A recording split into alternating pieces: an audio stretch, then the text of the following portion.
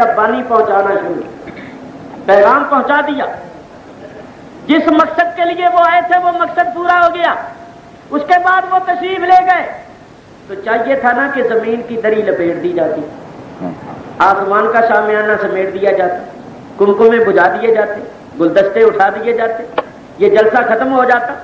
تو جب یہ جلسہ موجود ہے، زمین کی دری بچھی ہوئی ہے، آسمان کا شامیانہ لگا ہوا ہے، کمکمے جگمگ جگمگ کر رہے ہیں اور دنیا کا جلسہ موجود ہے، تو ثابت ہوا کہ جس کی خاطر یہ جلسہ کیا گیا ہے وہ بھی موجود ہے۔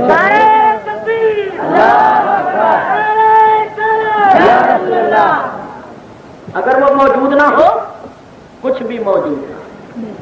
اعلیٰ حضرت کے شعر کا یہی مقصد ہے، فرماتے ہیں وہ جو نہ تھے تو کچھ نہ تھا، اور وہ جو نہ ہو تو کچھ نہ ہو، وہ جو نہ تھے تو کچھ نہ تھا، وہ جو نہ ہو تو کچھ نہ ہو، جان ہے وہ جہان کی، جان ہے تو جہان ہے، سب کچھ انہیں کی بدولت۔ اچھا اب ایک بات اور سنو پھر گفتگو ختم کرو، ادھر دھیان کرو میرے بزرگوں اور دوستوں۔ دنیا کے تمام مسلمانوں کے اندر وحدت، اتحاد، اتفاق، محبت پیدا کرنے والی چیز کون سی ہے؟ حالانکہ باقی چیزیں مختلف ہیں، مثلا بعض ملکوں کے لوگ ایسے ہیں کہ ان کا رنگ بالکل کالا، جیسے حبشی، سوڈانی، افریقی مسلمان۔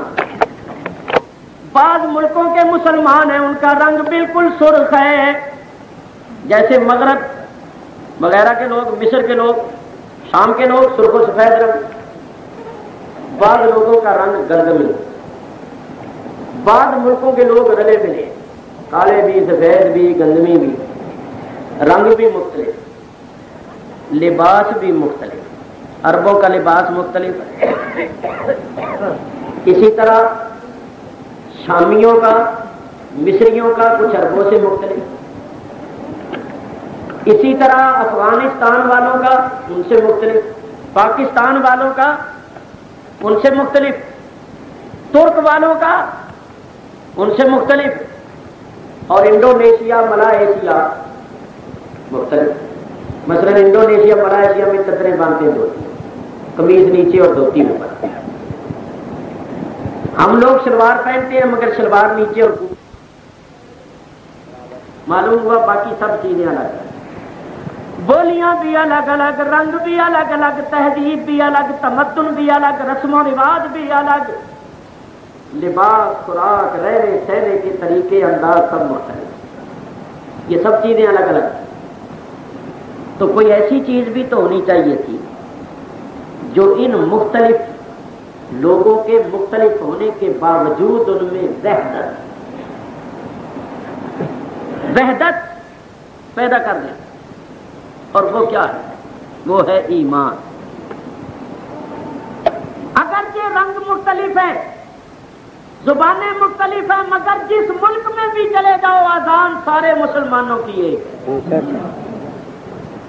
دونوں اذان الگ الگ ہے، اذان ساری دنیا کے مسلمان چاہے کسی علاقے کے رہنے والے ہوں گے، جب نماز پڑھیں گے تو قبلہ سب کا منہ سب کا ایک ہی قبلے کی طرف ہوگا، قرآن بھی ایک ہی ہے، رسول بھی، نماز پڑھنے کے اذکار بھی ایک ہی۔ معلوم ہوا کہ باقی جو چیزیں مختلف ہیں ان کو ہم ایک نہیں کر سکتے، کوئی شخص نہیں کر سکتا کہ ساری دنیا کے لوگوں کی بولی ایک ہو جائے، رنگ ایک جیسا ہو جائے، رسم و رواج ایک جیسا ہو جائے۔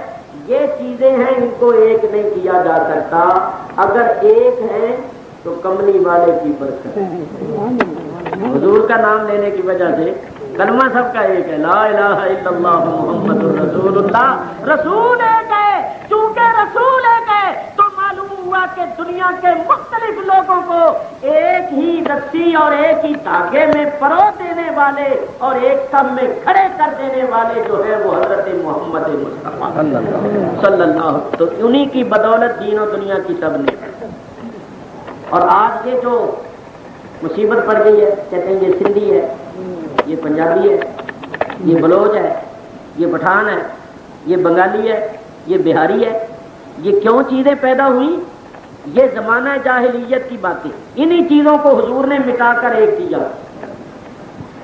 اسلام کے دشمنوں نے پھر یہ چیز اس لیے پیدا کر دی ہے کہ مسلمانوں میں اتحاد ختم ہو جائے اور آپس میں الجھ جائیں اور ایک دوسرے سے لڑنے لگ جائیں.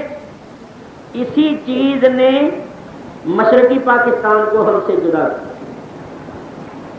تو اگر ہم نے یہاں بھی اس چیز کو رواج دیا تو یاد رکھو یہ نفرت کی جو دیواریں ہمارے درمیان حائل ہوں گی یہ ہماری تباہی کا باعث بنے گی. دنیا کے لیڈروں نے نہ ہمارا ساتھ دینا ہے نہ قبر میں کام آنا ہے. تم بحیثیت مسلمان ہونے کے یہ عقیدہ رکھو کہ سارے مسلمان، چاہے کوئی بلوچی ہو، چاہے کوئی سندھی ہو، چاہے کوئی پنجابی ہو، چاہے کوئی بنگالی ہو، جب کلمہ سب کا ایک ہے، رسول سب کا ایک ہے، تو سب ایک. تو آپس میں اخوت، آپس میں محبت پیدا کرو، سلامتی پھیلاؤ اور یہ چیز ختم کر دو کہ یہ سندھی ہے، یہ کہو ہم سب مسلمان ہیں، سب حضور کے غلام ہیں، ہم سب نبی پاک کا کلمہ پڑھنے والے ہیں. انما المومنون اخوۃ، مومن سارے بھائی بھائی. تو یہ ساری برکتیں حضور کی بدولت. حضور کا دامن چھوڑ دو، سب الگ الگ. اسی بات سے دیکھو نا، اللہ نے حضور کے نام میں یہ جلوہ دکھا دیا. دیکھو حضور کا نام لو نا، محمد، پہلی میم نے بھی دو ہمر جو الگ الگ تھے ان کو ملا، یہ نے آ کر الگ کیا، دوسری میم نے پھر ملا. تو یہ میم ہے حضور کی. جیسے یہ میم دو جدا جدا الگ الگ کھلے ہوئے ہونٹوں کو ملا دیتی ہے، اسی طرح دنیا کے مسلمانوں کو اگر ملایا ہے تو ذات مصطفیٰ نے ملایا. حضور ملانے کے لیے، حضور جیسا دنیا میں کوئی محبوب نہیں، کوئی محبوب نہیں. یہ عجیب محبوب. دنیا کے محبوبوں کا کیا حال ہے؟ محبوب ہونا ایک اور محب ہو جائے دو چار تو ان میں رقابت پیدا ہو، دشمنی پیدا ہو جائے گی. کیوں بھی معشوق کو ایک اور عاشق کو 8-10 تو ایک دوسرے کے دشمن بن جائیں گے. یہ نہیں، وہ کہے گا میں اس کو مار دوں گا، وہ کہے گا میں اس کو مار دوں گا. یہ ٹھیک ہے یہ غلط ہے؟ معشوق کو ایک اور عاشق ہو جائیں 6-7 تو ان میں رقابت، عداوت، دشمنی پیدا ہو جائے گی. دنیا کے معشوقوں کا یہ حال ہے. کملی والا ایسا معشوق ہے ساری دنیا عاشق ہے، لیکن جتنی حضور سے زیادہ محبت ہے اتنی آپس میں زیادہ ہے. حضور کے عاشقوں میں، حضور کے محبوں میں رقابت نہیں بلکہ محبت. دنیا کے معشوقوں کا یہ حال ہے، لوگ دیکھ کر عاشق ہوتی ہیں. یہ ایسے محبوب ہیں کہ بن دیکھے ہی لوگ جان قربان کرتی ہے، بغیر دیکھے ہی عاشق ہیں. اور اعلیٰ حضرت نے تو کمال نہیں کر. اعلیٰ حضرت فرماتے ہیں یا رسول اللہ آپ کیسے محبوب ہیں، کیسے حسین ہیں. بڑا پیارا شعر فرماتے ہیں حسن یوسف پہ کٹی مصر میں انگشت زنا. سبحان. یوسف علیہ السلام کے حسن پر مصر کی عورتوں نے اپنی انگلیاں. حسن یوسف پہ کٹی مصر میں انگشت زنا اور سر کٹاتے ہیں تیرے نام پہ مردان عرب. اعلیٰ حضرت نے اس شعر میں جو کمال کیا ہے وہ اہل سخن ہی سمجھ سکتے. دیکھیے ادھر حسن ادھر نام، سر کٹاتے ہیں تیرے، ادھر حسن ادھر نام، ادھر مصر کی نرم و نازک عورتیں، ادھر عرب کے سخت اور جنگ جو مرد. ادھر دیکھ کر ادھر بن دیکھے، ادھر انگلیاں کرتی ہیں ادھر گردنیں کرتی ہیں. تو نبی کریم ایسے محبوب ہیں، کوئی ایسا محبوب دنیا میں ہوا ہی تو میاں اس محبوب کی محبت آپس میں ملتی۔ جن لوگوں کے دلوں میں حضور کی محبت نہیں ہے انہی کے دل میں اس قسم کی نفرت اور جذبات پیدا ہوتے ہیں الگ الگ۔ جن لوگوں کے دلوں میں حضور کی محبت ہے وہ حضور کے سب غلاموں اور حضور کے محبوں سے محبت رکھتے ہیں۔ تو دنیا میں جو کچھ ملا سب ان کے تو ہے، مرنے کے بعد جب ساری چیزیں ساتھ چھوڑ جائیں گی اور گھر والے بھی قبر میں دفن کر کے آ جائیں گے تو قبر میں بھی دستگیری کریں گے اور قبر کو جنت کا گلزار بنائیں گے تو سرکار دو عالم آ جائیں گے۔ جہاں سارے منہ موڑیں گے حضور وہاں بھی منہ نہیں موڑیں۔ اصل کے میدان میں جہاں نفسی نفسی کا عالم ہوگا سب کو اپنی اپنی پڑی ہوگی اور ماں بیٹے کو بھول جائے گی، شوہر بیوی کو فراموش کر دے گا، وہاں بھی نبی کریم علیہ الصلوۃ والسلام ہی ہوں گے جو امتی امتی پکارتے ہوں گے اور غلاموں کو دامن رحمت میں لے کر بخشوائیں گے۔ تو بولو دنیا و آخرت میں نعمت ملی تو ان کے صدقے یا نہیں؟ دنیا میں بھی ان کے صدقے، آخرت میں بھی ان کے صدقے، تو دو جہانوں میں نعمتیں ملیں گی تو ان کے صدقے۔ تو بولو پھر ہمارے لیے اللہ کی سب سے بڑی نعمت کون ہوئی؟ سرکار دو عالم ہوئے یا نہیں؟ اسی بات سے اللہ اس نعمت کو دیکھ کر احسان فرما رہا ہے کہ مسلمانوں میں نے تم پر بڑا احسان کیا جب یہ رسول تمہیں دیا، کیونکہ باقی سب نعمتیں تو اس رسول کا صدقہ۔ ملائکتہ یصلون علی النبی الذین آمنوا صلوا علیہ وسلموا تسلیما۔